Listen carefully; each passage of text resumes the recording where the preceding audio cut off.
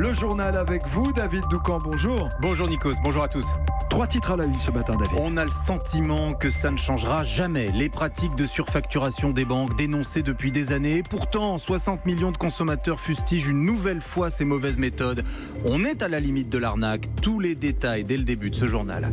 C'est sa journée. Je vous parle d'Édouard Philippe. Le Premier ministre sera face aux élus locaux ce matin à Marseille. Bon courage. Et ce soir, en débat à la télévision avec Laurent Wauquiez. Bon courage, sans doute, là aussi. Et puis Donald Trump, le président américain, a conclu son passage à l'ONU en fanfare. Une conférence de presse en forme de bouquet final. Notre correspondant à New York vous raconte tout dans cette édition. Europe 1. Quand il s'agit de nous ponctionner, l'imagination des banquiers est débordante. On a l'impression qu'on nous alerte tous les 6 mois. Ce matin, encore, le magazine 60 millions de consommateurs révèle de nouvelles méthodes, toujours plus inventives, mais avec un objectif constant, faire exploser les tarifs. François Geffrier, bonjour. Bonjour. Alors, de quoi s'agit-il cette fois-ci ? Il s'agit de votre découvert. Jusqu'à présent, quand votre compte basculait dans le rouge, vous risquiez une commission d'intervention, 8 €, et une autre à chaque nouvelle dépense. Mais depuis un an, à la Banque Populaire et dans les caisses d'épargne, si le soir, à 20h, vous êtes à découvert, on va vous facturer une commission d'intervention pour chaque retrait, chaque prélèvement automatique, chaque paiement par carte que vous aurez fait dans la journée. Et ce, même si ce n'est que la toute dernière dépense qui vous a mis dans le rouge. C'est arrivé à Vincent, 52 ans. Je devais avoir des petits dépassements d'une quarantaine d'euros. Et ça s'est soldé par une accumulation de 8 plus un autre truc de commission d'intervention. Et à l'arrivée, ça fait 300 et des brouettes. C'est du vol, c'est du racket. Enfin, pour moi, c'est des voleurs. Il n'y a pas de secret. À chaque fois qu'il y a une somme, ils déclenchent pour rien, quoi. Et vous avez pu récupérer l'argent ou pas ? Ah bah non, en plus, j'ai même pas cherché parce que non. C'est fastidieux, c'est long, c'est plusieurs courriers. Et c'est pas dit que ça arrive. Enfin, faut être tenace, quoi. Alors, racket, je ne sais pas, mais pratique illégale selon 60 millions de consommateurs qui parlent de facturation sans objet et cherchent à savoir si d'autres banques font pareil. Le groupe Banque Populaire Caisse d'Épargne confirme à Europe 1 cette pratique, mais pour lui, c'est parfaitement autorisé. Ça permet même d'être temporairement à découvert sans commission d'intervention si vous regarnissez votre compte avant la fin de la journée, avant 20h. Merci François Geffrier du service économie d'Europe 1. On en parlait tout à l'heure, vers 7h42. S'il y a une opposition audible dans ce pays, c'est celle des élus locaux. Oui, je vous donne, Nikos, un seul chiffre. Depuis le début du quinquennat, 386 maires ont démissionné. La statistique résume le mal-être et même la défiance des élus de terrain vis-à-vis du pouvoir exécutif. Par exemple, les édiles ne croient pas au remboursement à l'euro près de la taxe d'habitation. Régions, départements, mairies, ils se sont tous rassemblés à Marseille. C'est le congrès des régions de France. Le reproche, c'est toujours le même. Un président de la République et un Premier ministre qui négligeraient les territoires. Écoutez le président du conseil départemental de Côte d'Or, François Sauvadet. Moi, je souhaite que le gouvernement arrête de nous prendre pour des oiseaux, arrête de nous annoncer des plans dont on n'est même pas sûr de pouvoir les financer et arrête de faire la poche des collectivités locales. Il n'y a pas de dialogue. Vous savez ce qui s'est passé, c'est d'une brutalité sans nom. Enfin, qu'est-ce que c'est que ces méthodes de fonctionnement ? François Sauvadet était au micro d'Olivier Samin. Voilà Édouard Philippe prévenu. Le Premier ministre s'exprimera tout à l'heure devant les Fauves en ouverture du Congrès. Il mesure la portée des arguments que nous venons d'entendre puisqu'il a modifié son agenda pour être présent ce matin à Marseille. En fait, c'est la journée du Premier ministre. Oui, parce il est que, partout. Absolument, puisque ce soir, il enchaîne avec l'émission politique sur France 2. Avec Thomas Soto, notre camarade, et Léa Salamé. Qu'on embrasse, Thomas Soto, bien sûr. Et face à lui, pour débattre, il y aura le leader des Républicains, Laurent Wauquiez, voilà qui promet, puisqu'après le dynamitage de la droite opéré par Emmanuel Macron en 2017, c'est la première fois qu'on va pouvoir assister en public au grand règlement de compte. Mickaël Darmon, bonjour. Bonjour. Ce face-à-face risque d'être saignant, surtout que les deux hommes, disons-le, se méprisent mutuellement. Il est démagogue et cynique, dit Philippe sur Wauquiez. Il n'a jamais été de droite, dit Wauquiez sur l'ancien lieutenant d'Alain Juppé. C'est clair entre les deux. C'est inamicalement vôtre. Ces deux-là se croisent depuis des années dans les allées de l'UMP, mais se méprisent. Ouais. Premier affrontement ce soir, public entre deux droites déchirées et irréconciliables. Celle de l'identité en danger, défendue par Wauquiez, face à une droite pro-Macron, plus libérale et optimiste.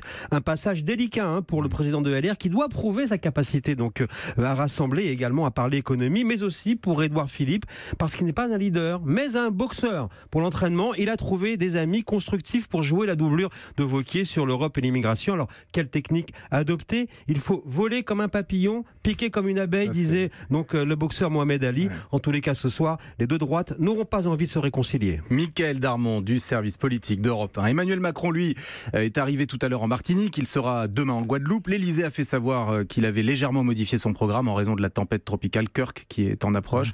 Martinique et Guadeloupe ont été placés en vigilance orange par Météo France. Et à propos de la popularité du président qui est en baisse, Emmanuel Macron dit que ça ne lui fait ni chaud ni froid. Oui, elle est même en chute libre, cette popularité. Et en substance, Emmanuel Macron nous dit qu'il s'en fiche. Il le dit à nos confrères américains de Bloomberg TV. J'ai un grand avantage par rapport à Donald Trump, a-t-il lancé. Je n'ai pas d'élection à mi-mandat. Manière de dire que les enquêtes d'opinion n'impactent pas sa sérénité. À 8h15, l'invité politique d'Audrey Crespo-Marin sera le président de Debout la France, Nicolas Dupont-Aignan. 235 millions d'euros. Voilà la facture présentée aux communes par Vincent Bolloré. En cause, la résiliation en juin dernier du service Autolib. Les mairies concernées, notamment celle de Paris, se réservent la possibilité de contester ce montant devant les tribunaux. Europe 1. 8h07, votre matinale info, Nico Saliagas. La suite du journal avec David Doucan et 1h20 de grands spectacles à New York, à la tribune de l'ONU. Oui, c'était la conférence de presse de Donald Trump en conclusion de l'Assemblée générale de l'ONU.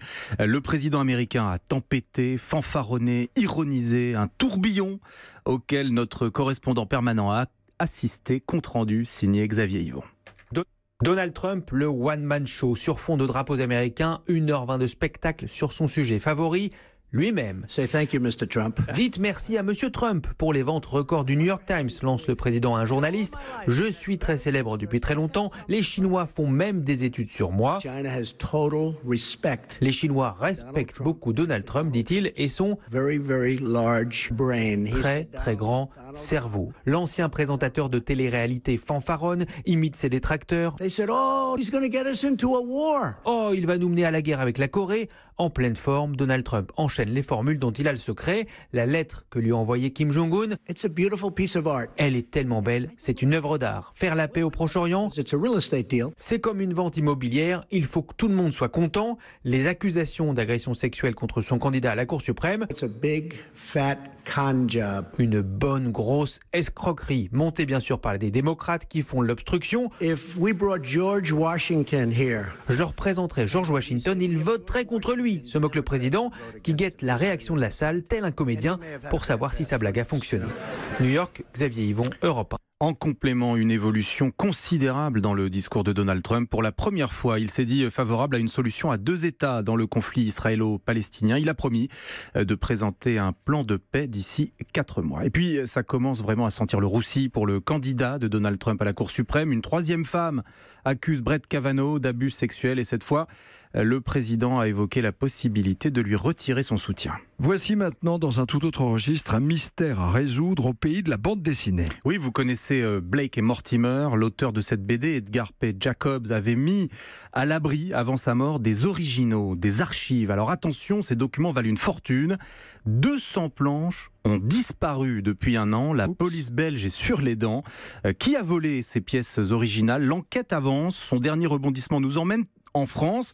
Des perquisitions vont être menées à Paris. Le récit de Mathieu Bock. Si la justice belge oriente son enquête vers la France, c'est que l'affaire est prise très au sérieux à Bruxelles. Depuis une dizaine d'années, on estime qu'environ 200 dessins d'Edgar P. Jacobs sont disparus et circulent sur le marché noir, certaines pièces pouvant atteindre plusieurs millions d'euros, comme la couverture originale de la marque jaune. 3 ans avant de mourir, le dessinateur avait mis en sécurité dans le coffre-fort d'une banque la quasi-intégralité de son œuvre, soit plus de 700 planches, mais aussi des centaines de crayonnés ainsi que des calques. Ce qui reste a été transféré comme un trésor national à la Fondation Roi-Baudouin, dont Dominique Allard est le directeur. Vous n'imaginez pas la richesse dont nous avons la garde. Des dessins que Jacobs répète par dizaines de fois avant d'arriver à croquer le chien qu'il veut dans telle case. Tout ce qu'on a est considéré comme, je sais pas, des dessins de Rubens, des documents archéologiques, des bijoux Art Nouveau, tout ce qu'on veut. C'est le patrimoine du pays, mais qui est mis à la disposition de la collectivité. La justice soupçonne un réseau entier d'écouler ses œuvres à travers le monde. D'après nos informations, les policiers français ont interpellé des intermédiaires à Paris et ont ainsi pu retrouver plusieurs planches originales des aventures du célèbre duo d'enquêteurs. Le récit de Mathieu Bock. Et maintenant, un coup de chapeau au Paris Saint-Germain. 7e victoire consécutive en Ligue 1. Hier soir, c'est Reims qui en a fait les frais. Les Parisiens se sont imposés 4 buts à 1. C'est beaucoup. C'est beaucoup, 4 buts à 1. Et nous avons, du coup, Nikos, une pensée pour notre rédacteur en chef qui prépare chaque jour cette matinale. Le Rémois, Emmanuel Renard, qu'on embrasse donc bien fort ce matin. Et puis, puisque nous avons un tout petit peu de temps, est-ce que vous avez vu cette vidéo qui nous vient de Nouvelle-Zélande? Un kayakiste, on y voit un kayakiste, il fait du kayak en mer.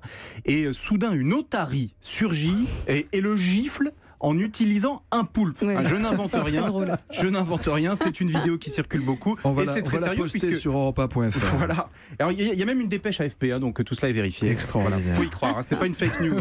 Merci. C'était le journal de David Doucan.